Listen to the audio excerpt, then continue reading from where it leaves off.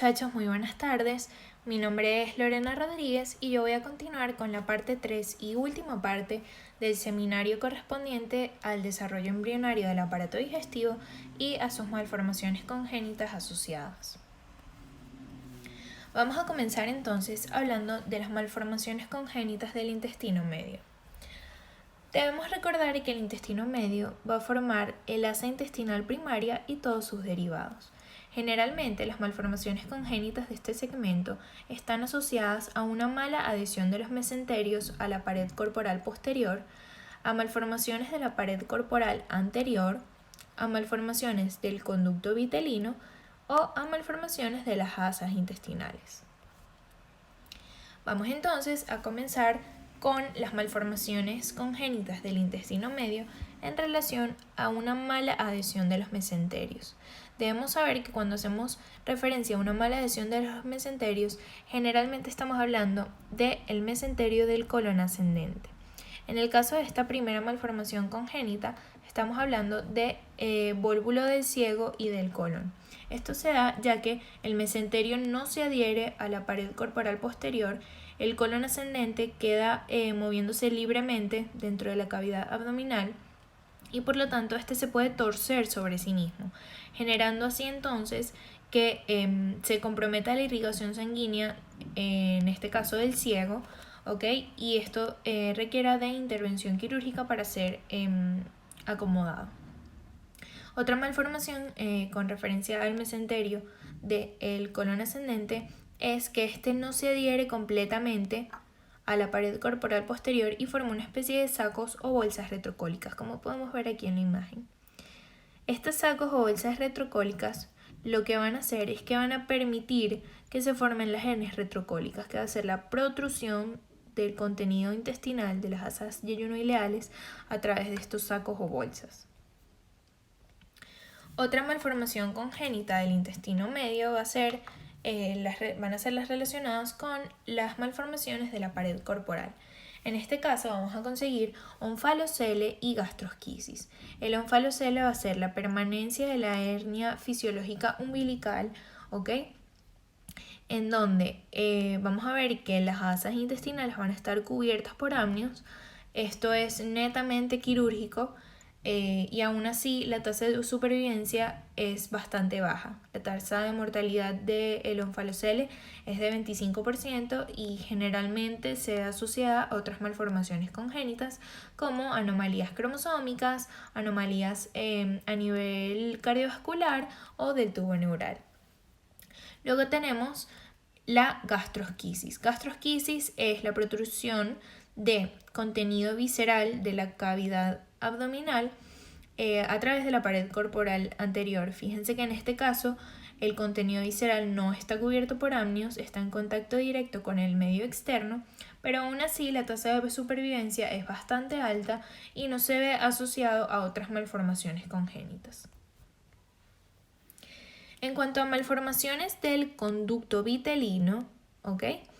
Tenemos en primer lugar el divertículo de Meckel. Básicamente es un divertículo que se forma por permanencia de un segmento del conducto vitelino. Este normalmente se ubica a 40 o 60 centímetros de la válvula ileocecal y no genera ningún tipo de complicación a menos que esté asociado a tejido pancreático heterotópico, ¿okay? Que este sí, pues bueno, puede generar úlceras, sangramientos o incluso perforación.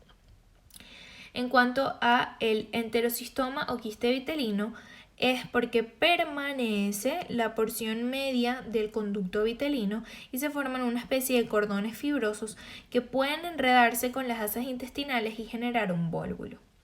Y por último tenemos la fístula umbilical-vitelina, que es la amplia comunicación entre el intestino y el ombligo.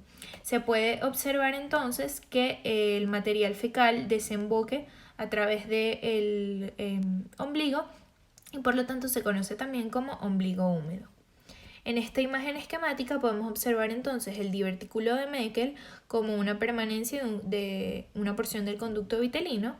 Podemos observar el quiste vitelino como la permanencia de la porción media del conducto vitelino y la formación de estos conductos fibrosos. Y la fístula vitelina, que es la amplia comunicación entre el intestino y el ombligo. En cuanto a las malformaciones de las asas intestinales, lo primero que tenemos que observar es el vólvulo intestinal, que como lo nombramos anteriormente, básicamente es que las asas intestinales se retorcen entre ellas, comprometiendo su irrigación sanguínea y esto puede generar necrosis y complicarse a nivel de requerir una cirugía. Otra de las malformaciones bien importantes es el colon izquierdo. Recordemos que el asa intestinal primaria debe rotar 270 grados. Una primera rotación lleva a cabo 90 grados en sentido antihorario y la segunda rotación es de 180 grados en sentido antihorario. En el caso del colon izquierdo, como podemos observarlo en la figura A, solamente se rotan los primeros 90 grados. Esto trae como consecuencia que en el proceso de retracción el colon retraiga primero hacia la cavidad, abdominal, fijándose del lado izquierdo de la cavidad. Por lo tanto, las asas yeyunoileales quedan fijadas hacia el lado derecho de la cavidad. Esto obviamente pues genera que las asas intestinales y el colon no estén en su lugar correctamente, ¿no? Por eso se conoce como colon izquierdo, porque todo el colon está ubicado del lado izquierdo de la cavidad abdominal. Y la otra malformación en relación a la rotación es la rotación inversa. Esto quiere decir que en vez de rotar 90 grados en sentido antihorario, el colon o el asa intestinal primaria, mejor dicho, rota 90 grados en sentido horario. La única consecuencia de esto, y en verdad no tiene mayor complicación, es que el colon transverso, en vez de cruzar por delante del duodeno y de la arteria mesentérica superior, va a cruzar por detrás de ambas estructuras. Bien, en cuanto a la última malformación de las asas intestinales, o a una de las últimas malformaciones de las asas intestinales, vamos a tener la duplicación de las asas, como podemos observar en la imagen. Esto se puede dar en todo el segmento de las asas yeyunoileales o en segmentos aislados. Y esto básicamente se debe a que pues en una vacuolización normal se forma una sola luz y en una vacuolización para duplicación de asas va a permanecer un tabique que va a dividir la luz en dos. Por lo tanto, se van a formar dos tubos digestivos en cuanto a las asas yeyunoileales, ¿ok? Y la formación de quistes está en relación con la proliferación de tejido intestinal que forma un quiste. Este por lo general no tiene ninguna otra complicación y no está en comunicación con el intestino. Ahora sí, la última malformación de las asas intestinales tiene que ver con atresia y estenosis intestinal. Recordemos que atresia es básicamente la pérdida de continuidad en este caso, del intestino delgado, porque, pues digamos, no ocurrió el proceso de vacuolización, entonces se pierde la continuidad en algún segmento del intestino. Y en cuanto a la estenosis, es porque hay un estrechamiento de la luz intestinal por una ausencia parcial de la recanalización. Vamos entonces a hablar de las malformaciones congénitas del intestino posterior. Lo primero que vamos a observar en la diapositiva es la fístula rectouretral o rectovaginal. Esta fístula se da porque el tabique urorectal no prolifera o no se extiende suficientemente en sentido caudal para dividir el intestino posterior, bien sea de la vagina o de la uretra. Por lo tanto, permanece la comunicación entre el intestino posterior y la uretra o el intestino posterior y la vagina. En cuanto a las fístulas y atresias rectoanales, nos vamos a conseguir con que hay una comunicación entre el intestino posterior y el cuerpo perineal que debió haber formado el tabique urorectal. Otra malformación es el ano imperforado. El ano imperforado se debe a la permanencia de la membrana anal. Esto se puede diagnosticar mediante la toma de temperatura rectal en el neonato. Y bueno, simplemente la corrección es que se rompe la membrana anal de manera que se pueda establecer la conexión entre el intestino posterior y el exterior. Y la última malformación congénita En cuanto al intestino primitivo, específicamente del intestino posterior, va a ser el megacolon congénito. Pues bien, para esto debemos recordar que hay un grupo de células que migran desde la cresta neural hacia el tracto digestivo para formar el plexo nervioso entérico, el sistema nervioso entérico.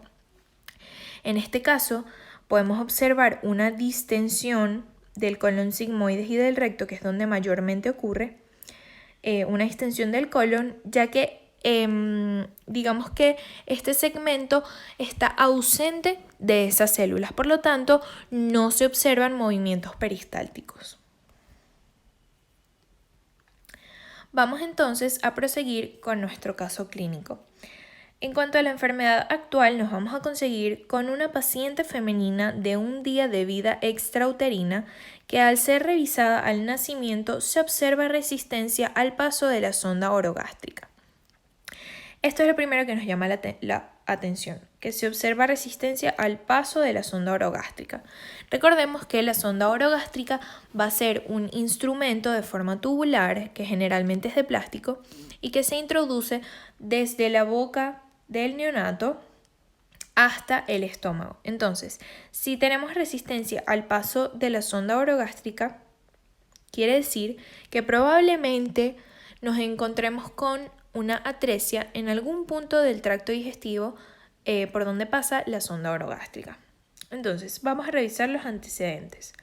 Es producto de primera gesta de madre de 20 y padre de 23 años, ambos sanos, no consanguíneos. El embarazo fue de evolución normal. La madre de la paciente tuvo control prenatal regular desde el tercer mes.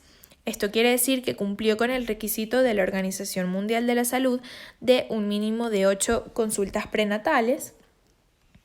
La madre de la paciente niega ingesta de medicamentos, toxicomanías, contacto con enfermedades exantemáticas y refiere adecuada alimentación.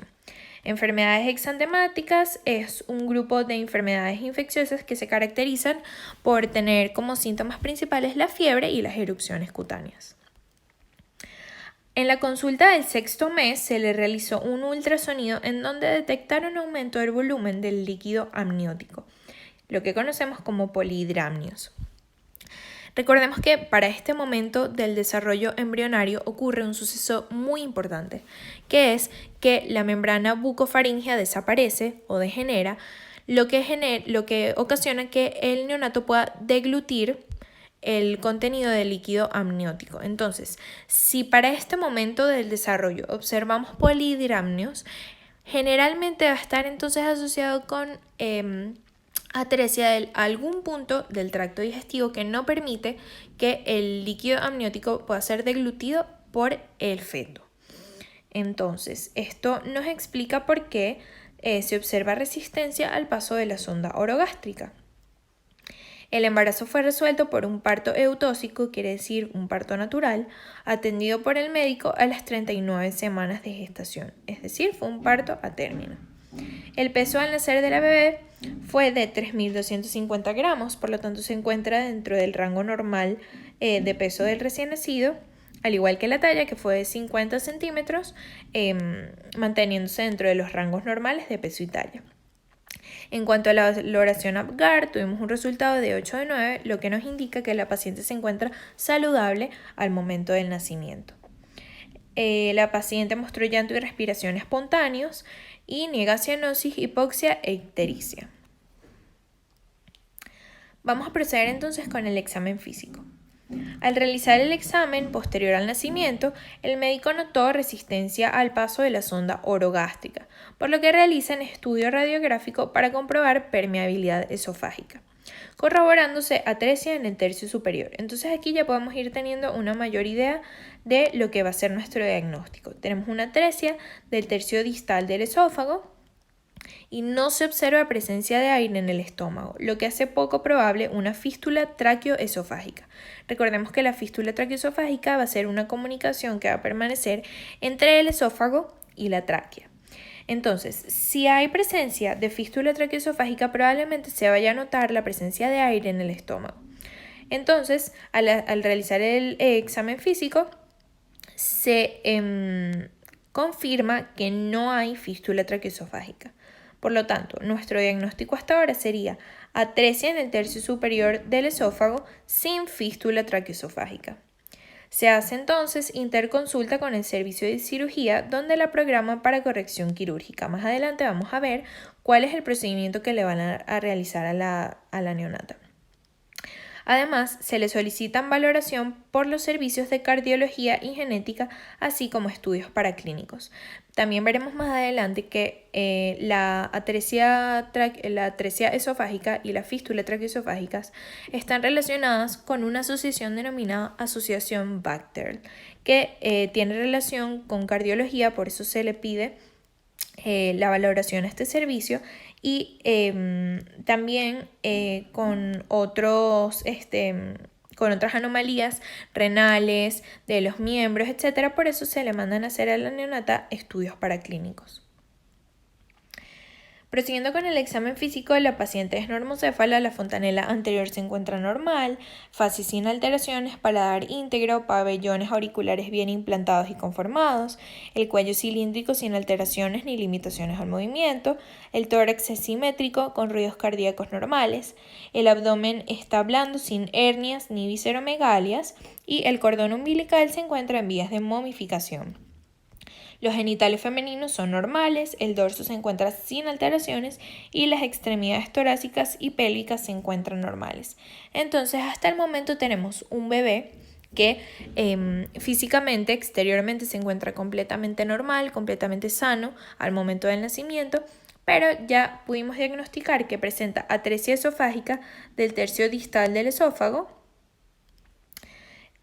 con ausencia de fístula traqueoesofágica, ya que no se observó la presencia de aire en el estómago. Vamos a hablar entonces de la técnica quirúrgica que van a utilizar los doctores para reparar la atresia esofágica. Es un procedimiento que se conoce como procedimiento de Fokker o técnica de Fokker. Esto consiste que básicamente se van a suturar ambos segmentos del esófago, tanto el segmento distal como el segmento proximal. Estas suturas se van a extender hacia la piel, es decir, van a ser extratorácicas, se van a fijar con una especie de tapones de silicona, ¿ok? Y el objetivo de la cirugía es que al aplicar tracción a los tapones de silicona, el esófago se pueda elongar de hasta 1 a 2 milímetros diarios. Entonces, una vez que el esófago, que ambos segmentos del esófago se encuentren lo suficientemente cerca o se hayan fusionado, entonces se procede a hacer una anastomosis primaria para corregir la atresia.